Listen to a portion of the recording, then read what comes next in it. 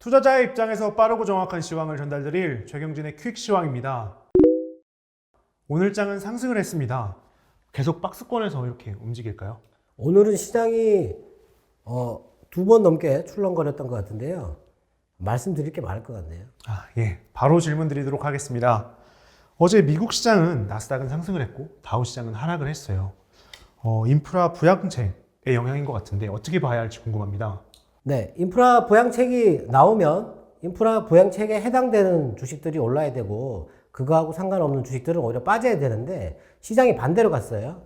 반대로 가니까 오늘 아침에 우리나라의 뉴스에 이런 얘기가 나왔죠. 소문에 사서 뉴스에 팔았다. 과연 그런 건지 한번 짚어보도록 하겠습니다. 어제 미국 시장 전에 미국에서 발표되는 ADP 고용지표라는 게 있습니다. 그게 지난 2월 달에 17만 6천 명이 고용됐었는데요. 이번에 나온 지표가 51만 7천 명이 나왔어요. 이런 숫자를 또 본 적이 없거든요. 네. 실업에는 자발적 실업이 있고 비자발적 실업이 있어요. 비자발적 실업은 말 그대로 해고입니다. 일하고 싶은데 잘라버리는 거죠. 근데 자발적 해고는요. 지금 미국에서 실업수당을 계속 주지 않습니까? 실업수당을 주는데 굳이 일할 필요가 없으니까 일을 안 하는 거예요. 자기는 취직할 수 있는데. 공화당이 실업수당 지급액을 자꾸 낮추라고 하는 얘기도 그런 자발적 실업이 발생하기 때문에 낮추라고 했던 건데 이제 그런 사람들이 일을 하기 시작했다라는 거죠. 이렇게 높은 수치가 나온다는 얘기는 그런 사람들이 대거 취직을 했다라는 얘기인데 상당히 큰 숫자입니다. 51만 7천 명이라는 거는. 그리고 어제 시카고 구매관리자 지수 PMI라고 하는데요. 그 지수가 전월에 59.5였는데 이번에 66.3이었습니다. 10% 정도 폭증했죠. 네, 이 정도도 상당히 높은 숫자인데 이런 지수가 발표됐음에도 불구하고 다우존스와 나스닥은 빠져서 시작을 했습니다. 네, 아니면 그냥 그 보합 정도 수준에서 시작을 했죠. 네, 시작을 하다가 금리가 이번에 이미 반영이 됐기 때문에 인프라 계획이 나온다라는 게 반영이 됐기 때문에 어제는 금리가 그렇게 크게 출렁거리지 않았는데요. 금리가 상당히 안정적이었어요. 물론 이것 때문에 나스닥에 긍정적인 요인을 줄 수 있는데 인프라 계획을 발표를 하고 나서 주가가 조금 변하기 시작했죠.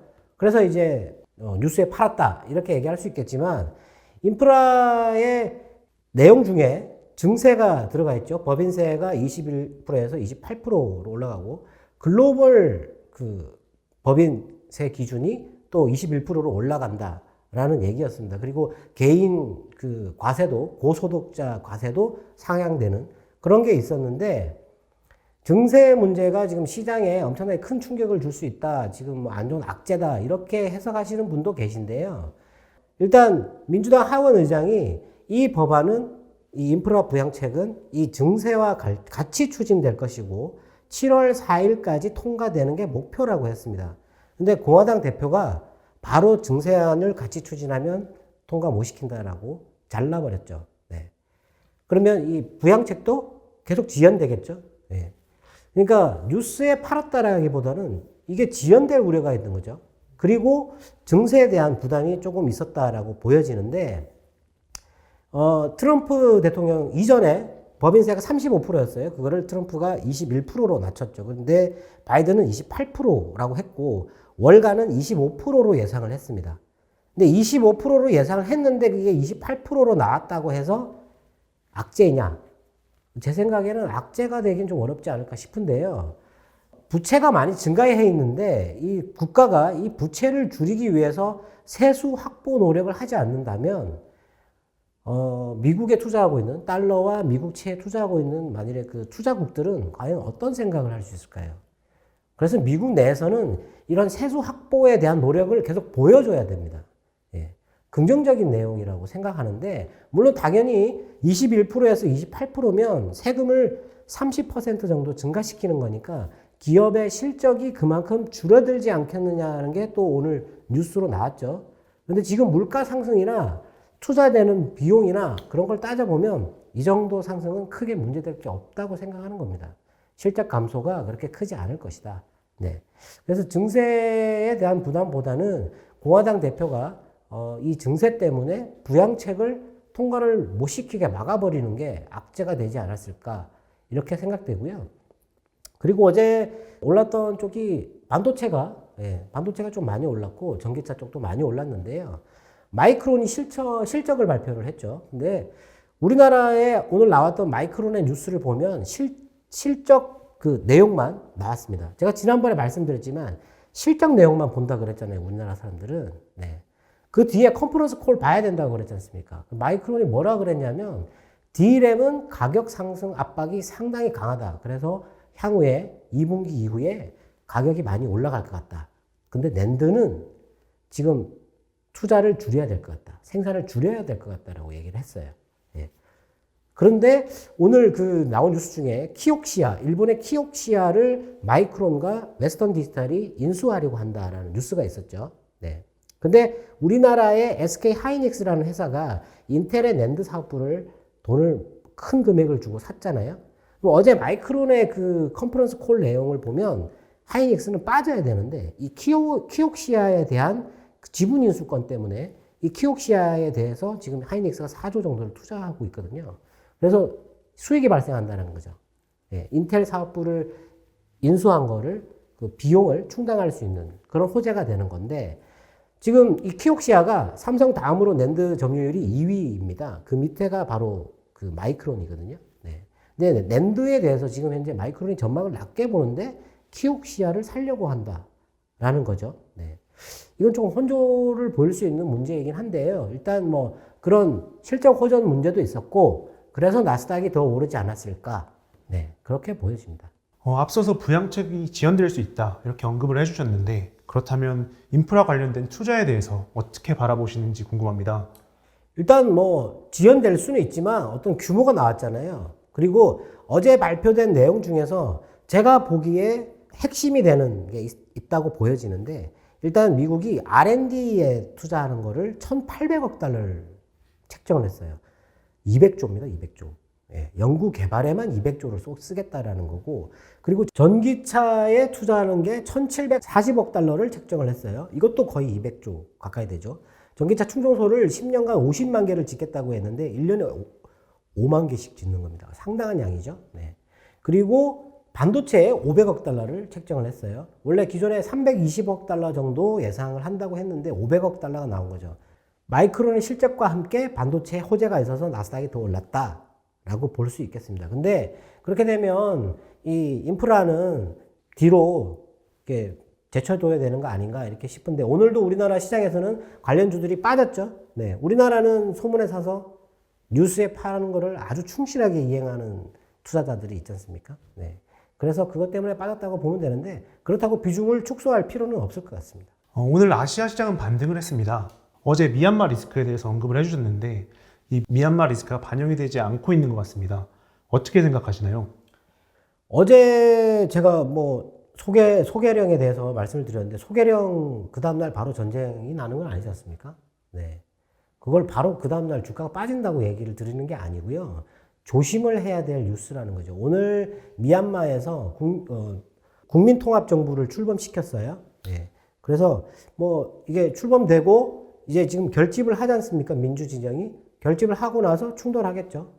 네. 그렇게 충돌할 때 아직 시간적인 여유가 조금 있다라는 거죠. 그러니까 어제 제가 말씀드렸지만 외국인이 팔 때 나도 팔아서 현금을 조금 마련하는 게 어떤가 했는데 오늘 외국인이 어제 마감할 때 3천억 팔았던 걸 오늘 11시 전에 3천억을 다 매수를 했어요. 네. 그러면 하루 더 볼 수 있겠죠. 매일매일 어떤 시황에 따라서 이게 자산을 왔다 갔다 할 필요는 없는데 일단 그래도 조심은 해야 되는 이슈가 생기면 현금 마련할 타이밍을 앞으로 계속 생각을 해야 된다는 거지 그 다음에 바로 주가가 빠지는 게 아니지 않습니까? 네. 국내 증시가 상승한 이유는 아시아 시장의 반등 때문인지 궁금합니다. 오늘 국내 시장이 아까 제가 초반에 등락을 2번 정도 반복했다고 말씀드렸는데요. 일단 나스닥이 올랐고 미국제 금리가 안정적이었고요. 달러도 오늘 소폭 약세였고 그리고 우리나라 환율이 1130원 밑으로 내려왔죠. 예. 외국인이 아침에 선물을 강하게 매수를 하고 오늘 주식도 아까 제가 방금 말씀드렸지만 11시가 되기 전에 전기전자를 3천억 이상 매수를 해버렸습니다. 그리고 오늘 5천억 이상 매수를 했거든요. 그리고 코스닥도 초반에 조금 팔다가 계속 매수를 했어요. 매수가 강했습니다. 그런데 오늘 시장을 흔든 게 외국인의 선물이에요. 11시가 되면서 갑자기 선물 매도를 때렸습니다. 근데 그때 나왔던 뉴스가 뭐냐면 10시 정도에 대만의 TSMC 공장에서 불이 났다라는 뉴스가 있었고요. 그 다음에 TSMC가 3년간 1,000억 달러를 투자를 하겠다고 했습니다. 근데 제가 보기에는 불 났다는 뉴스가 10시에 대만에서 나오긴 했는데 그게 우리한테 들어온 거는 거의 한 오후 정도였던 것 같아요. 그래서 대만의 투자, TSMC의 3년간 1,000억 달러 투자, 그게 아마 우리한테 악재가 되지 않았을까 하는 생각인데요. 반도체 사업은 경쟁사가 1,000억 달러를 투자하면요, 우리도 1,000억 달러를 투자를 해야 이게 점유율이나 기술이 같이 가는 겁니다. 이게 줄이지 않습니까? 그럼 벌어져요. 반도체 산업은 반도체 산업의 전문가들이 말씀을 하시기를 그렇게 투자액을 최소한 경쟁사가 투자하는 것보다는 조금이라도 늘려야 기술 격차를 조금이라도 줄여갈 수 있다라고 하는 건데 1,000억 달러를 투자를 해버리면 우리나라에서 지금 삼성전자나 하이닉스가 1,000억 달러를 투자를 못 하겠죠. 네. 우리나라한테 그게 좀 악재일 수도 있고요. 그리고 불이 났다고 했는데 3시에 오보였다고 했습니다. 네. 불이 나는 게 아니고 연기가 났는데 뭐 한 명이 질식했다가 뭐 이게 병원에 실려가고 뭐 그 정도였어요. 공장 가동에는 문제가 없다. 네. 그 정도. 이렇게 해서 3시 이후에 주가가 다시 이렇게 쭉 타고 올랐죠. 근데 시장이 11시에 빠지다가 11시, 12시 정도에 다시 이렇게 올라오기 시작했는데 이때 빠질 때 한 가지 더 일본이 급락했거든요. 일본에 관련된 뉴스는 우리나라에 잘 없어요. 뉴스를 보여주는 게 별로 없는데 오늘 그 일본의 경제 지표 중에서 외국인의 채권 투자액과 주식 투자액 감소분을 오늘 얘기를 했는데요.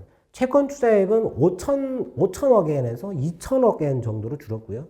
주식 투자액은 마이너스 800억 엔 정도 되는 게 5천억 엔 정도로 늘었어요. 엄청나게. 돈이 많이 빠졌다 나왔다는 얘기죠.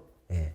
일본 시장은 지금 수급이 안 좋다고 보여지는 거죠. 일단 그것 때문에 그런지 모르겠지만 일본 시장도 같이 빠졌거든요. 네, 빠졌다가 이렇게 올라왔는데 뭐 특별하게 빠질 이유가 없지 않습니까? 우리나라 시장에. 그런데 오늘 중국이 또 올랐죠. 네.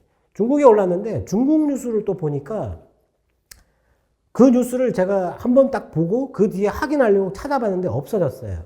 네, 없어졌는데 중국이 새로운 주식 시장을 만들겠다라는 뉴스가 있었습니다. 로이터 통신에서 나온 뉴스였는데요.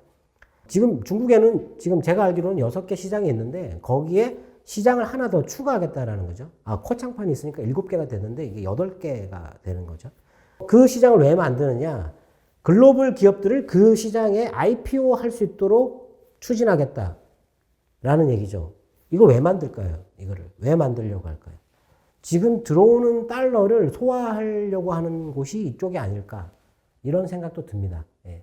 하여튼 뭐 중국 시장은 뭐 그런 정도로 해서 계속 올랐고 오늘 중국의 SMIC 그 시스템 반도체를 만드는 파운드리 업체의 순이익이 140% 급증했습니다. 그리고 중국에는 보면 오늘 뭐 투자 뉴스가 많아요. 샤오미도 뭐 전기차 만든다고 했고 또 뭐 화웨이의 매출이 또 증가했고 뭐 계속 좋은 뉴스가 있죠. 그래서 미국 금리가 급등하거나 물가가 급등해서 긴축 우려가 생기지 않는 한 중국은 계속 투자의 욕구가 있는 것 같습니다. 네. 뭐 그런 것 때문에 또 반등했다가 그리고 또 밀렸다가 하는데 오늘 또 기관들의 주식을 또 외국인의 선물 매도에 맞춰가지고 또 계속 매도를 했죠. 우리나라 시장에서는. 네. 그것 때문에 오늘 제가 말씀드리고 싶은 거는 뉴스를 보는 시각입니다.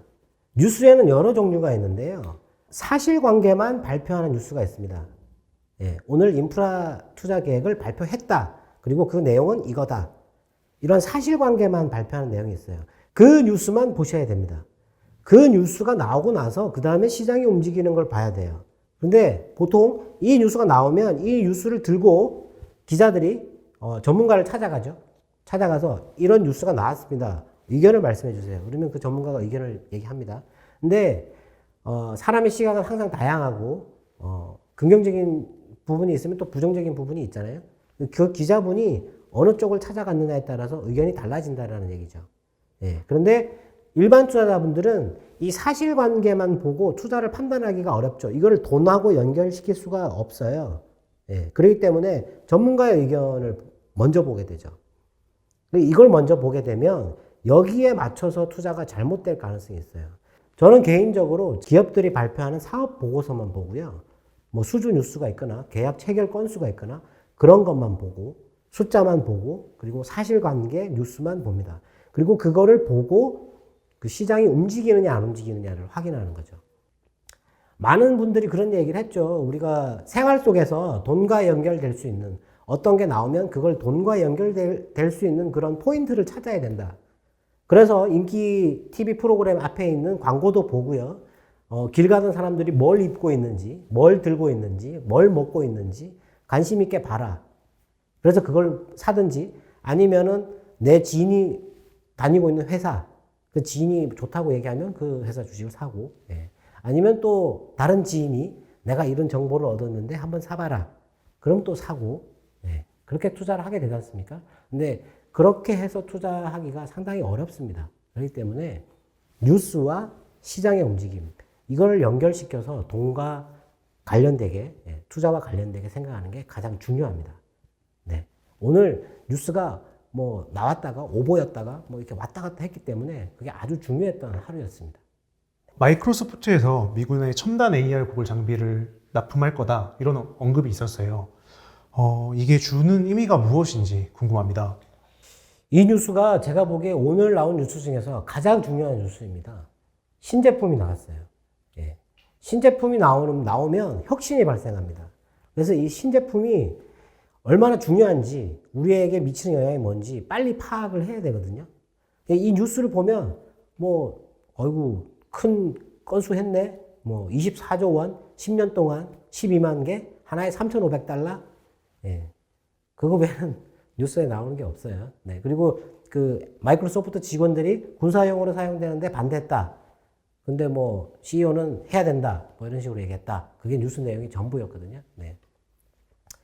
이 AR 글래스는요, 설계된 지 상당히 오래됐습니다. 근데 이게 글래스에 카메라가 달리게 돼 있어요. 그래서 사생활 침해 그것 때문에 구글이 맨 처음에 이걸 개발하다가 안경 모양처럼 생겼었습니다, 그때. 근데 그걸 포기를 했죠. 포기를 했는데 이번에 애플에서 AR 글래스 나올 거라고. 근데 지금 현재 VR 기기 있지 않습니까? 이렇게 크게 뒤집어 쓰는 기계 있거든요. 그거는 무겁고 그리고 쓰고 있으면 구토가 나오고 뭐 그런 게 있는데 애플은 이걸 혁신적으로 이게 바꿨다라고 얘기를 했고요. 최근에 우리나라에서는 이 글래스의 이 구토 나는 걸 줄이기 위해서, 어지러움증을 줄이기 위해서 이 안에 설계를 그 혁신적으로 바꾼 그 연구 결과가 나왔었어요. 네. 뭐 그런 것도 있었는데 영화에서 보던 거죠. 미래에 군인들이 전투할 때 이런 거 쓰고 하지 않습니까? 적들이 어디 있는지 다 파악이 되고, 예. 뭐 거리나 나침판, 그리고 뭐 GPS 뭐 이런 거 다 되고, 네. 그러니까 전투할 때 전투 지시, 그리고 전투할 때 전략 전술까지도 알려주는 그런 기능을 할 수 있다라는 거죠. 예. 그러니까 영화에서 보던 게 현실로 나온 거예요, 이거를. 이게 우리나라가 아니고 지금 현재 우리 삶에 어떤 영향을 줄 수 있을까? 일단은 이걸 만드는 쪽에 먼저 생각을 해봐야 되겠죠. 카메라 들어갈 거고, 적외선 센서, 레이저 센서 들어갈 거고요. GPS 들어갈 거고요. 인공위성 더 띄워야 되겠죠.